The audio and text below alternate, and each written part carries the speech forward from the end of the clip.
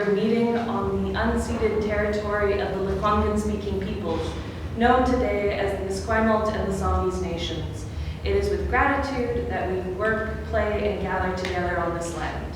My name is Siobhan Craig, and I'm pleased to welcome you on behalf of Beehive Wool Shop. Thank you for coming out to support local farming on the West Coast. Without further ado, here is Jane Hutchins, who is joining us from her farm in East Sioux. Microphone here. Is that going to work? Is that on? Mm-hmm. Okay, so because I tend to start muttering, so if you can't hear me, wave. Okay. This is a real mixed blessing here. I'm delighted to see all these friends. Thank you for coming. The trouble is, a lot of you have knit beautiful things with our wool and know everything about it, I think, and have brought things that are really worth having a look at. So if I'm not moving fast enough, wave to me for that too, okay? Because a lot of you are really knowledgeable about this. The Beehive is working on a series of supporting local farmers' wool, which is a big change in Canadian wool processing generally.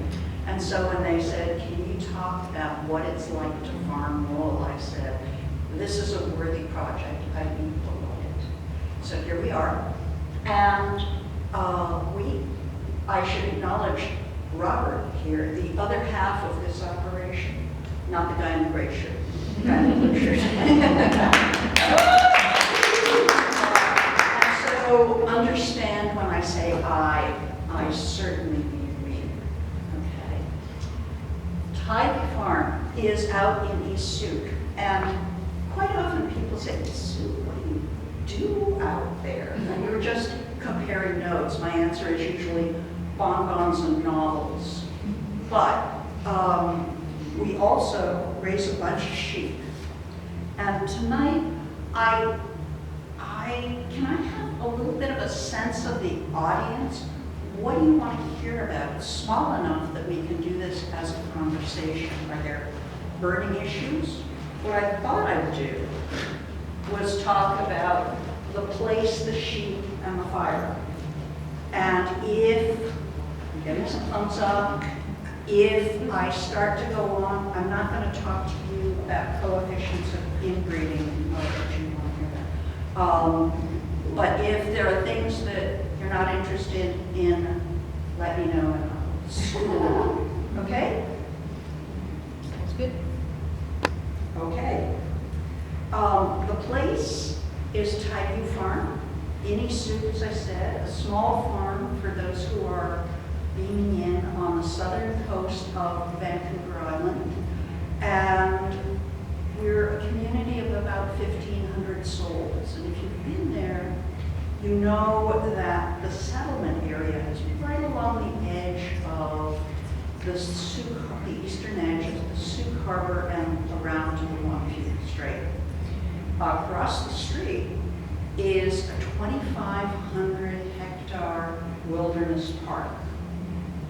And so what you've just heard is that we are trying to farm sheep on the edge of a wilderness park.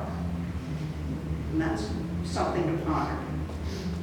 The place we're in has been loved for centuries. It's traditional territory of the Sianu Nation and the Sauk Nation. And our particular part has been farmed since 1850 or so. And it is unusual in East Sioux because it's flat. And it doesn't have a lot of rocks. We dropped 50 fence posts and hit one rock. And wow. There's somebody who's dropped fence posts. It's a wonderful, wonderful thing. Okay, on the edge of the park, there are wild creatures doing their stuff. There are bears, there are cougars, and we have lost 2 sheep to bears and 2 to cougars in 35 years. And that's just bears and cougars doing what they do. The other predator that's really the primary concern is pet dogs. I knew you were going to say that. I know, I won't go on about it. I'm a dog lover too, but it's like living in a Greek tragedy because people have varying understanding about their dogs, and the first thing the owner says when the dog is in your field is, "My dog would never do that." Yeah. And, nobody's happy at the end of it. So that's a concern, and so people say, what do you need to farm sheep? And my answer is pretty simple. You start with a fence that will keep a determined predator out. Okay? The sheep don't want to go anywhere to feed. It's keeping the predators out that's important. And the other thing is a friendly neighbor, a friendly, experienced neighbor. Because you can call somebody, the vet may or may not be available. We agree to talk to people at any hour if they run into trouble, but there's nothing quite like having somebody there who can come over and say, hey, that doesn't look good for me.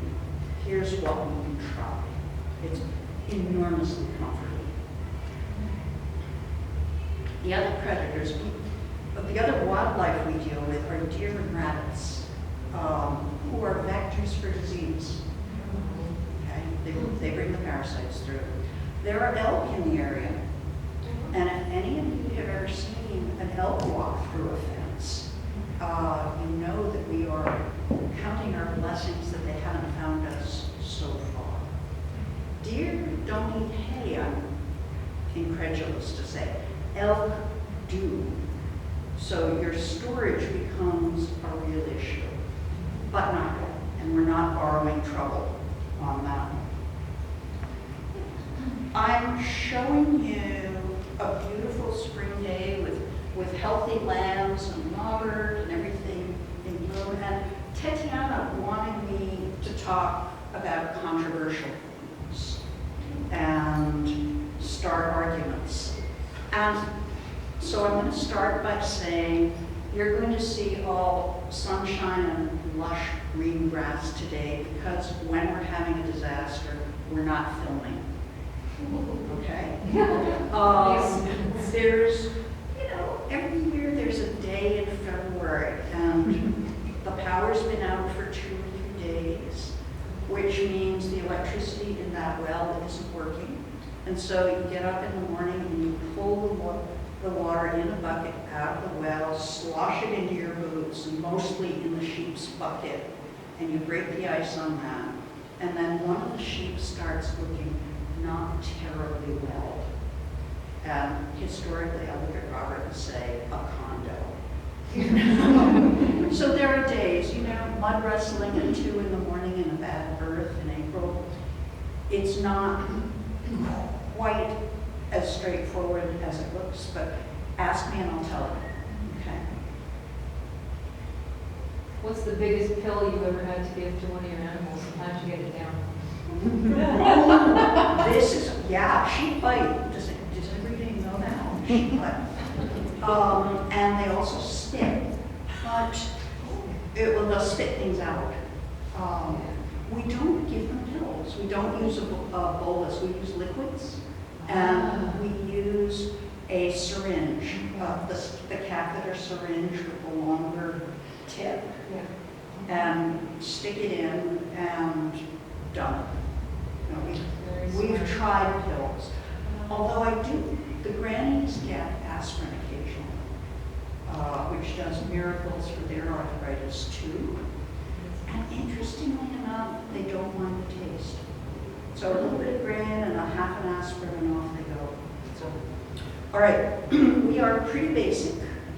Our infrastructure consists of shelters to keep them out of the rain. In Isu, we have the same annual rainfall as Iceland, except it comes in 6 months. In Iceland, it goes around the entire year.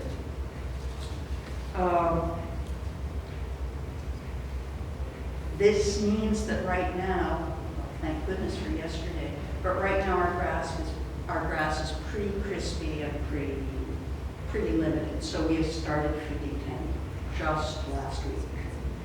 After 2.5 surprising months, we've never not fed hay for that long. But we're on sabbatical from lambing. And so instead of 45 sheep, we have 24.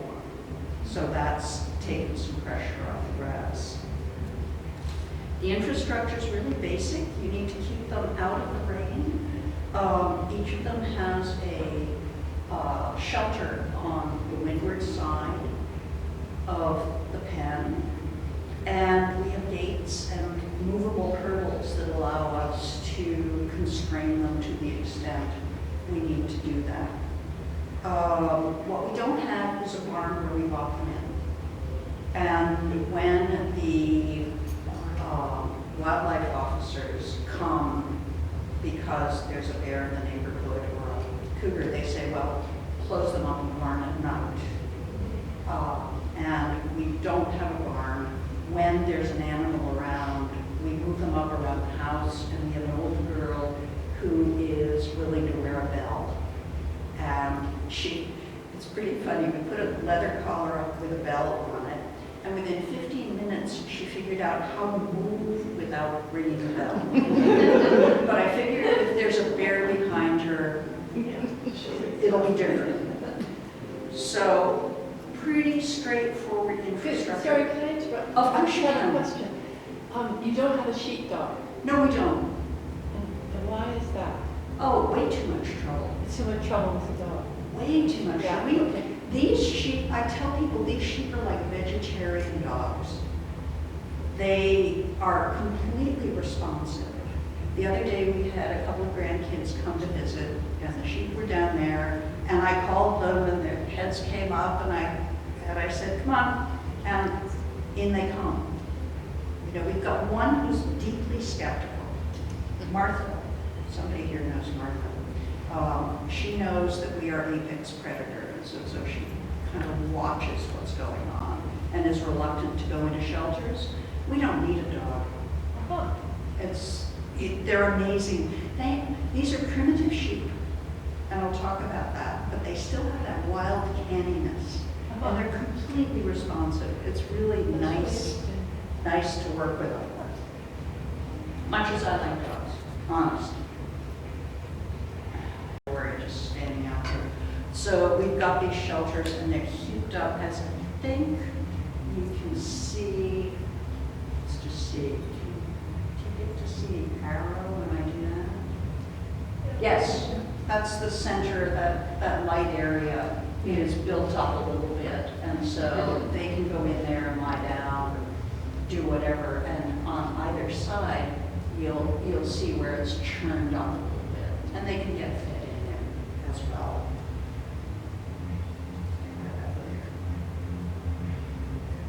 We also have a barn. These sheep came to this property because we had the idea of getting a couple of sheep to get the grass down. And that has transformed itself into, as I said, 24 animals at the moment, and an annual hay delivery of 14 to 18 tons. So it's a project that got a little out of control, but this is what happens. Everybody's going to get a couple of sheep, and then they fall in love and wake up one day and think, oh, here we are. This is the barn. The sheep are absolutely not allowed in here. Their fleeces come in once a year for drying and sorting after shearing, but the hay is stored upstairs, up above.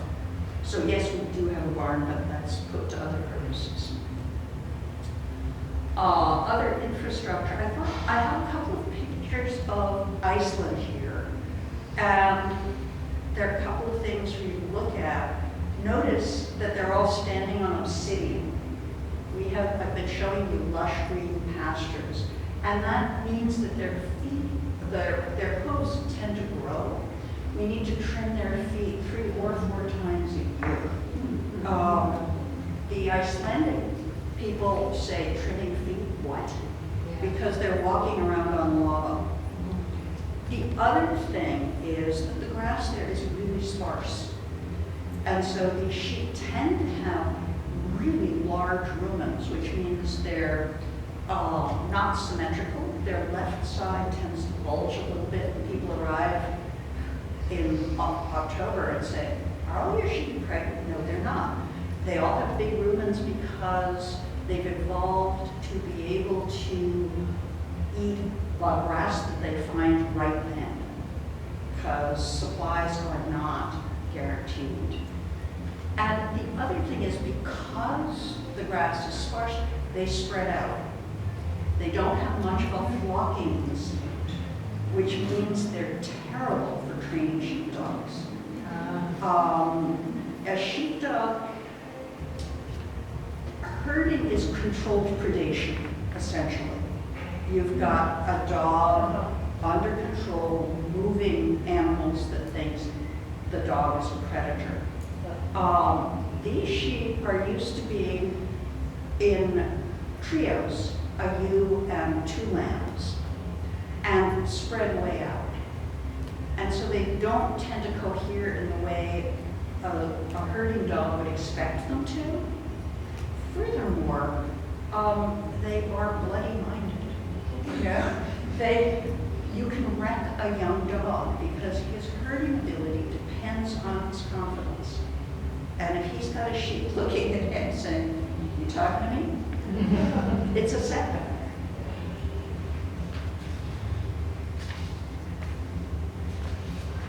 Okay. So that's Iceland. Notice the sheep are white. We'll talk about that in a minute. And this is more Icelandic infrastructure. Icelandic sheep spend their winters in a home field, and then in the summer they're sent to the center of their county's part of the island. Okay? There are, 23 counties in Iceland, and they all send their sheep to the center. They cannot cross county lines because they're scrapey in a couple of places. And in order to prevent skullduggery, the law is that if a sheep is found across a line, it's the government's. It's not any shepherd there. So at the end of the year, in late September, Icelanders go up on horseback and gather the sheep. And again, they don't use many dogs. It's riders on horseback and maybe 2 dogs for masses of sheep. Because the old girls know the way. And they say, oh yeah, this again, going home. And they are driven into a structure like this, which is a circle divided into pie-shaped pieces with a center alleyway in and a circle in the middle. And I've got a better picture of that to show you. This is a more contemporary one. And here you can see the entry, and this is the willow. And this is the center part, and then each farm has a little pen and a door. And the sheep come in, and this is what it looks like.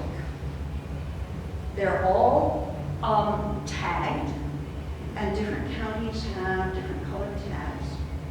Yes? About how many farms would be represented there? That I don't know. So many farms? I don't think so. I don't think so. Do you guess half a dozen?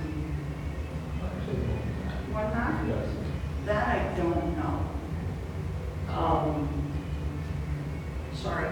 Sure. But they spend the morning, a pretty raucous morning, pulling their sheep out and identified by tags or notches on their ears. Each farm has a different shaped cut on the sheep's ear. Okay, are there any other questions I don't think I can answer? Or move on to the sheep themselves. So all of those sheep have lost their tails.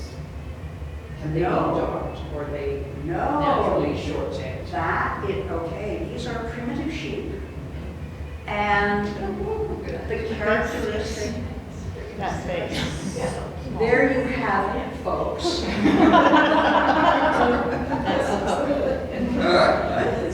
There you have it. These guys are critical thinkers, and they have not lost their wild canniness, and it's not always a pleasure to deal with beasts that are smarter than you are. Don't ever let anybody tell you a sheep is stupid. Okay? These are primitive sheep, and one of the and they tend to be, there's a whole group of North Atlantic sheep.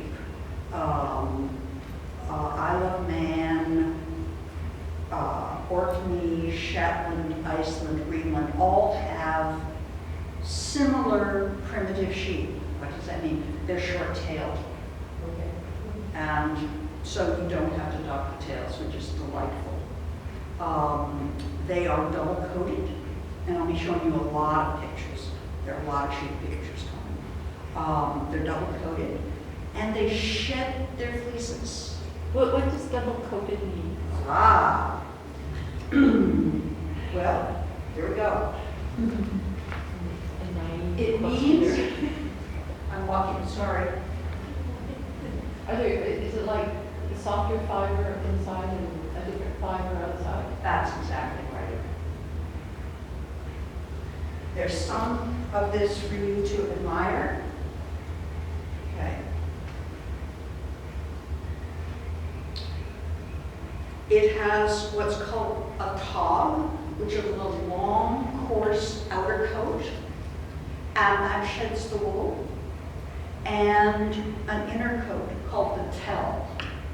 And in Iceland, both coats are always processed together.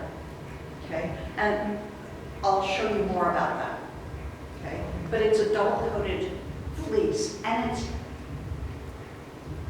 that's in the next section. That's in the fiber section. So I'll tell you a little bit about the sheep before we get there. This little joker. That's what they're like, and they're really a pleasure to own and to work with, I have to say. You'll notice that she has a light top and a black belly. Her fleece is going to be effectively white because when you shear, you remove pretty much all the belly wool. There'll be a little bit of black in it if you want it. It's pretty easy to take out if you wish. I have another picture of her just because she's so swell. Icelandic sheep come in colors, which are just the best. All of them, contrary to the pictures that you've seen previously, are either black or brown. Okay, I know you've been seeing white sheep, but they're black or brown. These are solids, and they're coated as black, brown, or can't tell. And that's for the white sheep that may or may not be carrying a black or brown gene. So you've got a black solid, moored or brown solid, and a white pattern. And there are 5 patterns in these sheep. The gray sheep, a black on the left, and the moored on the right. And you can see they're born, the mooreds and the blacks look very similar when they're born. You sometimes need to take 2 or 3 days to decide whether that black sheep is actually going to go brown or not.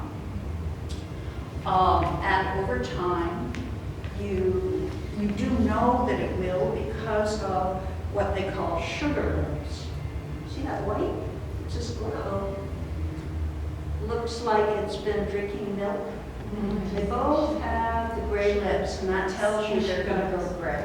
And there's a fair bit of gray over there for you to look at, but they're born black. And these sheep are horned or polled, no horns, Or they have spurs, which are little tiny stubs that are completely annoying and you'd rather not have them. But sometimes the genetics are such that you say, okay, we'll work with you. So these are a black-gray sheep, a black-gray horn sheep, and a moored-gray polled sheep. And here we have, again, before you saw the light top and the dark belly, here you see a dark top and a light belly. Okay, these are both mouflon, both horned, a black mouflon and a moored mouflon. And again, the fleece is going to be effectively black or brown because you're not going to get much of the belly wool. Here's our chum again. This is a black badger face and a moored badger face. And for whoever brought Martha, this is Martha. And Could you talk about the naming of sheep? oh, well, it's pretty random. I mean, a lot of people are very serious about it. Each year, when you register a sheep, there's a letter associated with that year. And I think we're what, on N or so? No O's, no Q's, because they're too confusing to read. But there are people who have animals, and in a particular year, every animal will have an N name. And there are other people who give them wonderful Icelandic names. And sometimes we do that. And sometimes you just look at them and you see a white sheep with a tiny dot of black right at the corner of her eye. And that black tells you that she's got a black gene. She's not homozygous white. And you just say Maybelline. This is how I use my liberal arts education. You know, we had the French triplets, Cosette, Josette, and Chaussette. We have had Surely Goodness and Mercy. You know, you never know. But they will come into a name at some point. And when people visit, we always say we are accepting suggestions. How did Icelandics come to East Zug?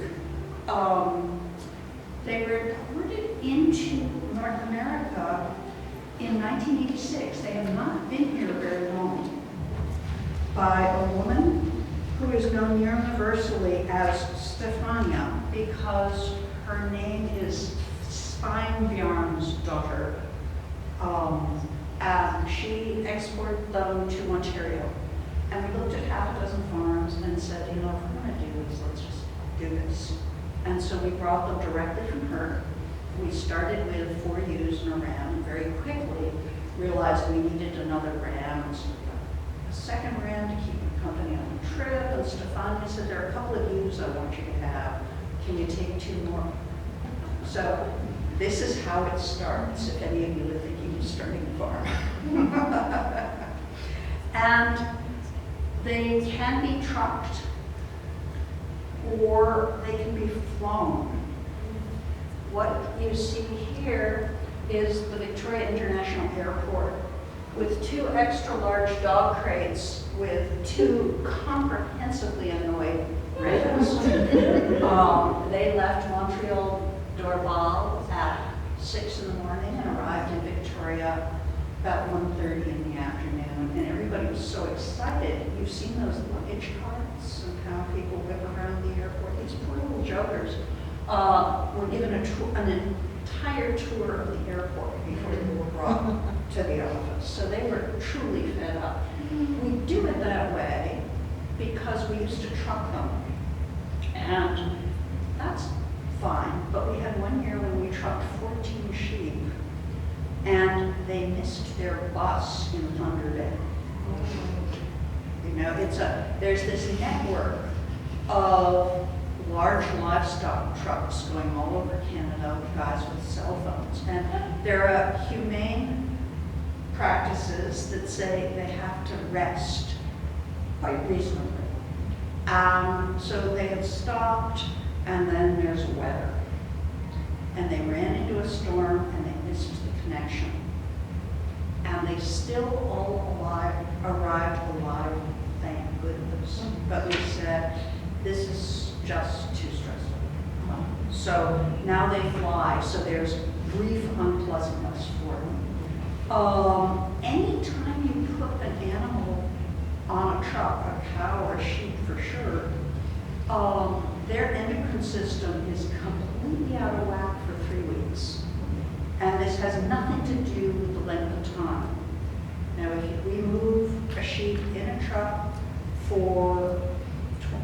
to the next farm, it just goes sideways for a while. So, poor little beasts. We bring sheep in, and it's a closed flock. They don't come in the middle. And we've had as many as 7 rams. There are actually 6 in this picture, just because we were the first ones to get Icelandic sheep on the West Coast. And with them coming from Iceland in '86, we thought if we inbreed at this stage, the gene pool is never going to get deeper. So all of a sudden, we were thinking about breeding and coefficients of inbreeding and how to keep this flock as diverse as possible. And so over time, every 2 to 4 years, we brought in another pair of rams. It is now, other people haven't been doing this. And the result is that now it's not easy to find a ram in Western Canada, an animal, an Icelandic sheep that isn't descended from one of ours, which is too bad. We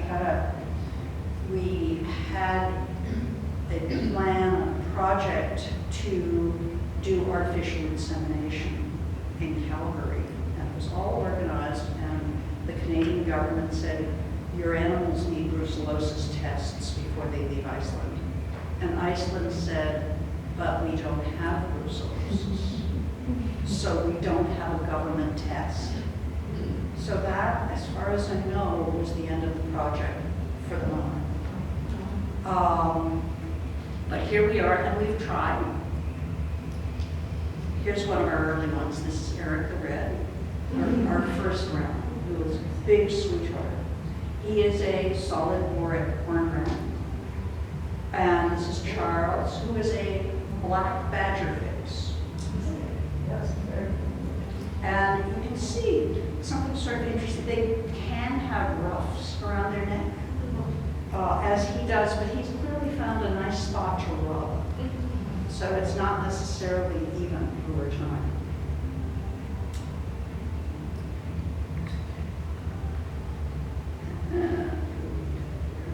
And this is the result. All kinds of just wonderful colors. This is shearing day. Oh, lots of questions. How long do they live? How long? That depends. If you don't eat them. Okay, you know, yeah, that's exactly. If they live a natural life. Again, it depends. Serious people actually cull the hogs at age 6 or 7 because their productivity drops. We figure they don't owe us anything, and so they move up to business class for a while and don't breed. You know, the last time we watch the breeding, and if it starts to look as if they're really working too hard, we say, okay, that can be enough. And we have 3 grannies right now. The oldest is 13. And we're not going to ask them to make it through the winter because all of them have dental problems and all of them have traces of arthritis. And yeah, I can give them aspirin, but I just don't want to think about November for them. It's just not going to be happening. So 13. We had one who was at least 18. Not in Icelandic or Dorset, which we raised previously. It has to do with horns. Yes, Are horns shed or are they for life? antlers are shed. Okay. Horns, this is, well, we might as well have you gaze at Charles while we're talking about this. Horns. I'm persuaded, and this is an opinion, not necessarily a fact, I'm persuaded that these are sensory organs. We have some that really don't like their horns handled. Just don't like it. And they're really vascular. As you can imagine, sometimes they'll grow close to the cheeks. And if they were wild, they would die. I mean, it can really interfere with their jaws.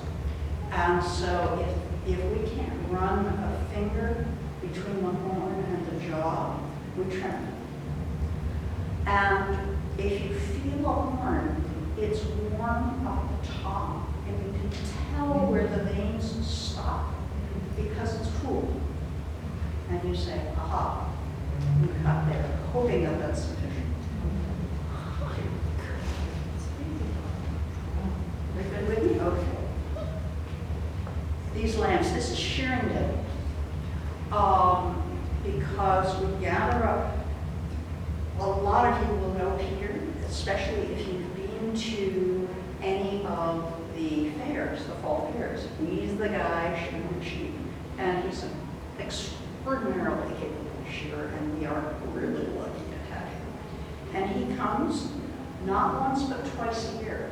We'll talk about that in a minute.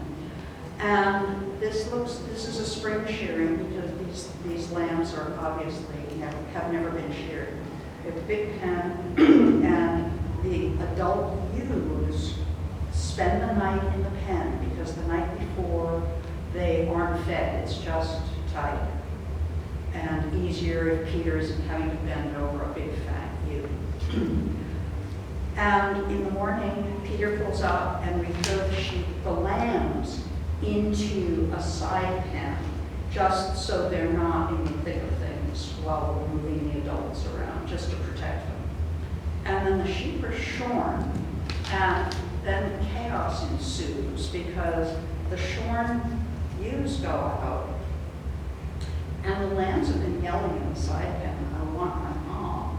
And the ewes yell, I'm over here, and they look at her and say, you're not my mom, you smell funny and you look funny. And there's a fair bit of yelling back and forth as they try to sort themselves out, but they all manage.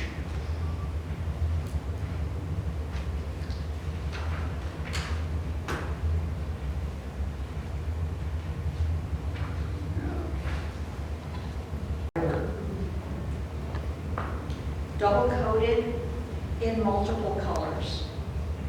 And there are a couple of points I want to make about this. People say, oh, Icelandic fleece. And each animal has a fleece that's slightly different from the others. Some are smooth and glossy.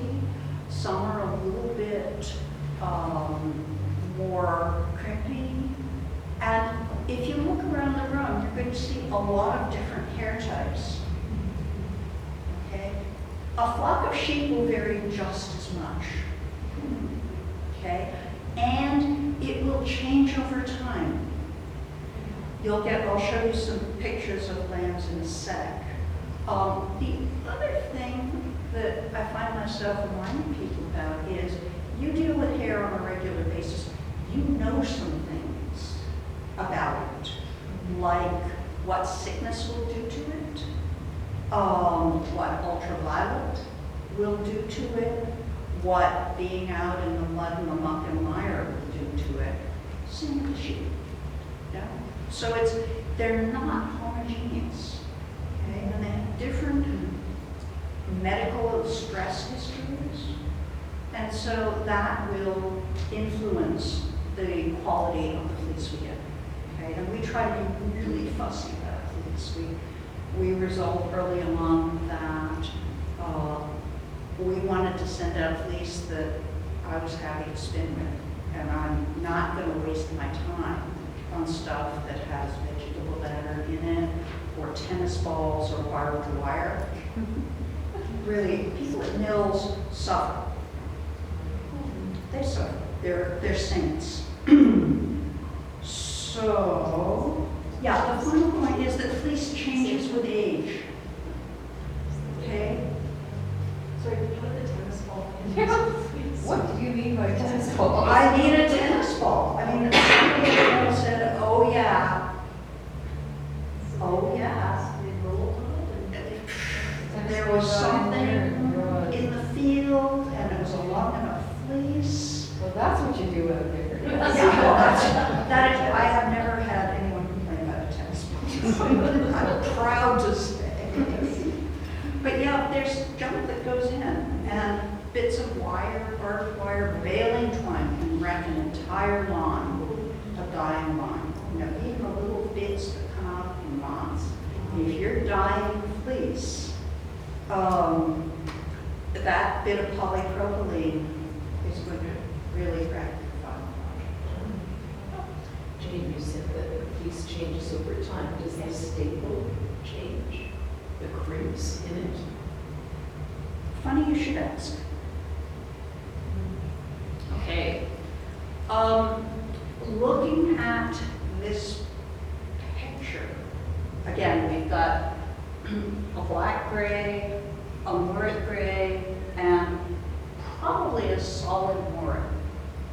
And if you, I would say that the two, the black and the solid, are older animals because the tog is more developed. I mean, over time they developed the double coat. As lambs, that center one is pretty fluffy, and it's not easy to see either a texture change or a color change. Bobby was kind enough to lend us 3 skeins of wool. One hand spun the entire fleece, one hand spun with the tog, the outer coat, and one hand spun with the tassel. So how to look over there. And I've got, for people who aren't here, I have pictures so you'll be able to see what that looks like. But over time, you know, baby's hair is not like my hair. You know? And it also thins out over time. The young ones are pretty thick. They, as I say, they do shed it every year. That's a characteristic of these sheep. And what comes back in does change. This is, okay, I just told you lambs don't develop the tog very early. This one sure did. And you know it's a lamb because of the tip. That little curl tells you it's never been shorn. So, is there anything else I meant to say about that?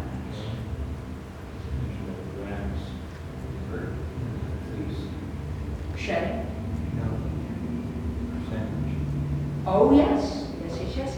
When you rush home and decide you've got to start breeding Icelandic sheep, keep in mind that 75% of your wool quality comes from the ram. Okay, so choose your ram with real care. Words to live by. Words to live by. I'm going hard or something.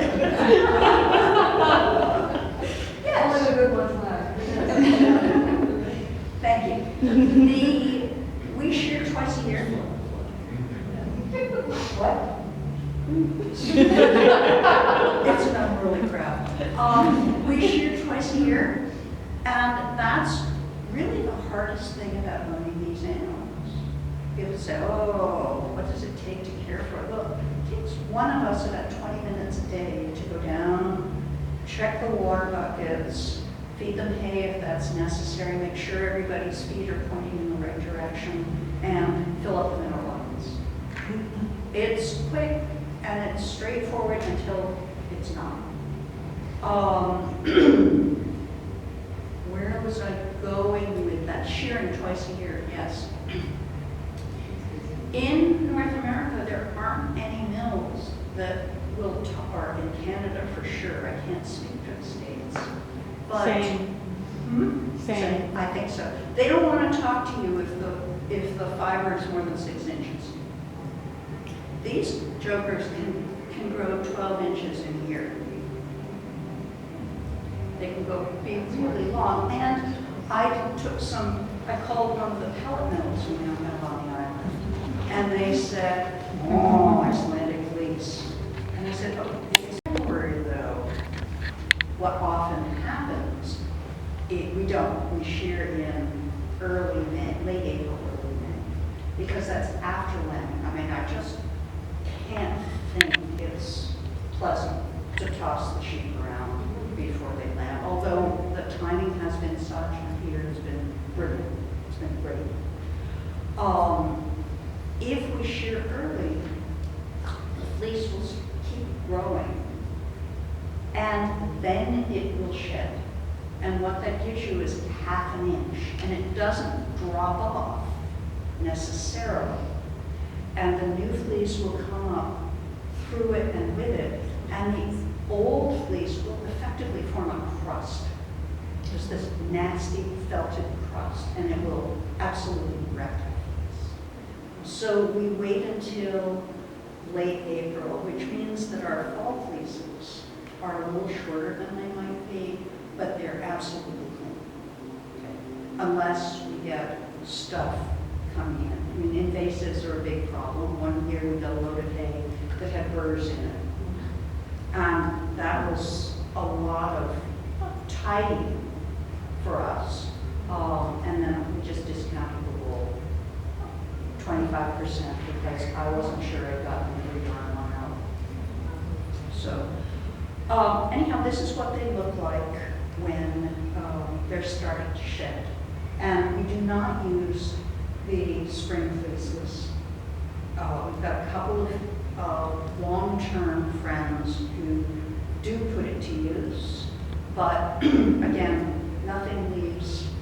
almost nothing leaves the farm unless it's the best we can make it. And the spring fleeces have been in the mud and the mire and the rain, and they can have weak spots because of pregnancy. So we just don't. It's the fall fleeces that are glorious. Show those in a minute. Bottom. This is where Robert does his cameo. It used to be that these primitive, all sheep used to shed. And they would, that's the origin of the term wool gathering. You go out and you pull it off the branches and the sticks and ignore the leaves and the berries and whatever else was in it. And people said, this is really tedious. How about doing this on one day? And they started to breed the sheep that would hold their wool. And so now almost all the British breeds, as far as I know, will hold their wool. It's the primitives who shed.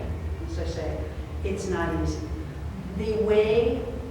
And if you've got an animal that's shedding, you don't necessarily shear it. You can rue it. The sheep shed, and we rue. Not finding it. Okay, and this is Robert ruing one of our old girls, and there's technical commentary here, but I think you can't hear it, so let's just see. I'm being disagreeable at the beginning, so I'm trying to go by that. There we go. No. This is an 8-year-old. Robert's just pulling her fleece off, and she will follow us around the farm hoping we'll do it. They like it. Tatiana was really worried that we were distressing her. She She's not altered, she's standing there, perfectly happy. You can see that she's pretty nasty underneath. She's got a lot of scurf, those white flakes of dandruff and skin. If you see scurf, it's not coming out. Don't do it. This is an old girl. If she was younger and we sheared her recently, we sell this place. It's not good enough. But she's older. She only gets shorn in the spring because in the fall she's going to need her wool more than I do. And we just get it off in the spring. And it's either way, any animal that had a skirt like that would do. So that's ruin, and we don't do it all at once. Can you include all parts of the animal? Oh yeah, Okay, Yeah. I thought it was just around the neck, but is it right? no, we do. There are some that they're more comfortable if they can see you, and when you get to the hindquarters, there's a little bit of this going on. And if you think that the fleece come to you at the side of the fence and say, please rue me today, no. We confine them closely, and once they're paying attention to what's actually going on, and they realize they like it, and it feels good, and once the wool is off, it's not as itchy. So it takes 2 or 3 sessions, and then they're fine. And it's pleasant just going up there interfacing with the sheep. But some they are slightly sensitive on their hindquarters because they can't see. But yeah, it all comes off. And some people have said, oh, just the tail. No, the whole fleece comes off. And then they do it again. And this is what the sheared fleeces look like inside that barn. People with big flocks take the fleece from the shearing floor and put it straight on the table and skirt it right there. We have the luxury of some space that we can take it inside, make sure it's really dry, and then open it out and pay really close attention to it. So it's slower, but that's how we enjoy doing it. Am I reading anything out?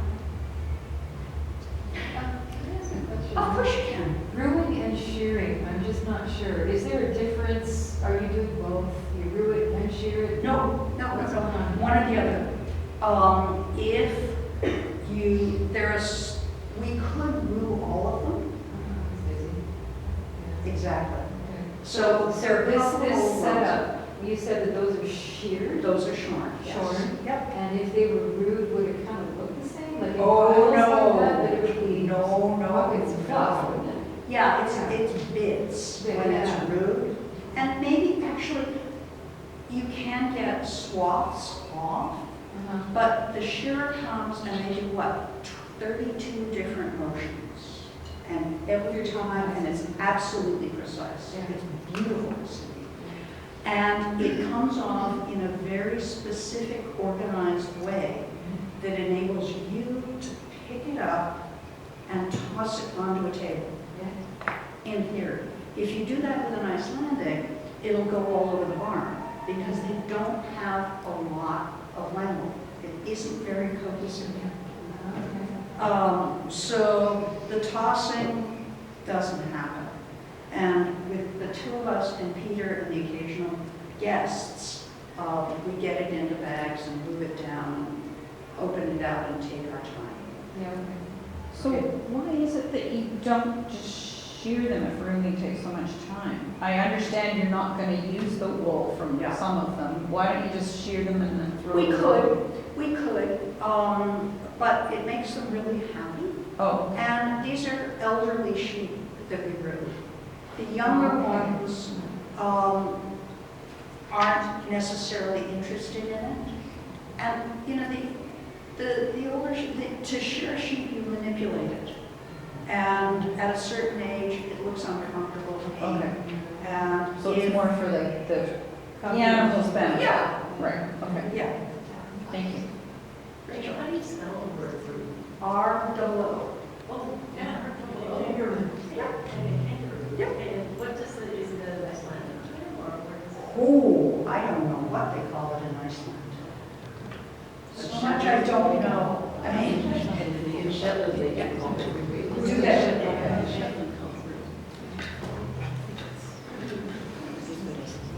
all right. I made a discovery this afternoon at the Beehive.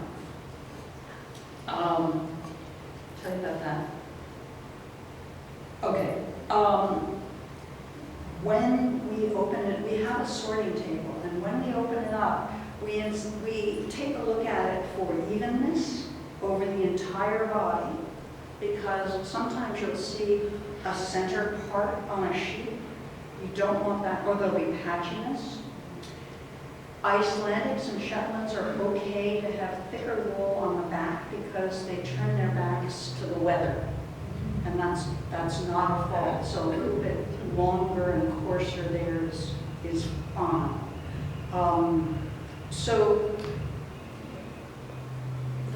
on the skirting table, on the table inside will skirt, which is removing the vegetation and the manure and any bits that we should find. We try really hard not to find bits of baling twine. Tennis balls. Hmm? And tennis balls. And tennis balls, no. Nobody in the house plays tennis at the moment, so we're good on that. We do have a neighbor who plays golf, but none of them have ended up in the sheep's wool. So, we really do work hard to have clean fleece, and that starts with feeding them. They have pens that are sufficient to let them spread out, because if you jam a bunch of fleece together, they'll pull and they'll turn their head and they'll drop it in the neck of the one next to it. And the neck is where the fleece is finest. That's where all the blood goes eventually. And it's very fine, and if that gets hay and seed in it, it's really difficult to remove. And so a properly skirted fleece may come to you in two parts. You'll have, it's rolled in a specific way, and I can talk about that if anybody's interested later. But sometimes you look at the neck and there's vegetable matter, but it's this beautiful, fine fleece, and you take out a certain amount, but you think, you know, for $20 a pound, am I going to spend 8 hours picking the seeds out? And so you wrap it separately, so it doesn't contaminate the rest of the fleece. Icelandic fleece used to be knit from pencil roving, and I didn't know until today that the Beehive sells it. So there are small hanks of pencil roving. There's very little twist on it, so it's quite fragile, but they're paired together and then knit, and they make the classic Icelandic sweaters. They're not plied very much. If you're struggling, then you can put some twist on it yourself. And the pencil roving in Iceland is made from both the tall and the tell. They're very thrifty people there. They live on a rock in the middle of the North Atlantic. Everything is far away, and they use what they have with enormous efficiency. It's great. We are quite, the thing about the pencil roving is that you skip the spinning and the plying stages. It's really efficient. So economically, it makes sense. However, and here I brought some stuff, but because this is being recorded, I took pictures of it. This is a fleece that has been spun. It's got an entire, on the left is a full fleece, in the center is just the top, and on the left is just the tell, the undercoat. The same fleece, No, different pieces. different pieces. Yeah. So is the tail fluffier? It's over there. Oh, okay. You guys get to go pat it. The towel is really lovely and light and down, yes. And these are the colors spun on. And we are wildly extravagant. We dehair our fleece. And much of it we learned with a little bit of silk. We all got into this because this is an animal that has the same fleece structure as a llama. And we have llamas, except that fiber is silky but not resilient. And so in order to put a little bit of spring in it, we were blending it with wool. And the Icelandics and the Shetlands have the same double coat and same fineness that the llamas had. And the llamas aged out and we no longer have them. And we thought, what can we do with that to replace that silkiness? Let's fix it. So we blended the tail and silk, and there are samples there. I spoke about the variability in the animals over time, just genetically, and then because of age. And there is also another variable in how the mills handle it. I've got samples that have been processed in different ways and in different places. There are lots So of... you have to talk up a little bit more. I'm going to sing. Anyway, sorry. Is this working Yes. to override that, or shall I? This is good. Because it's so interesting what you're saying, I don't want to miss any of it. Oh, bless you. How lovely of you. So we tend to blend our tell and silk for our yarn. There are the mills here, they can't handle, don't have the equipment to process fleeces longer than 6 inches. So we're already modifying what we send to them by the 2 shearings.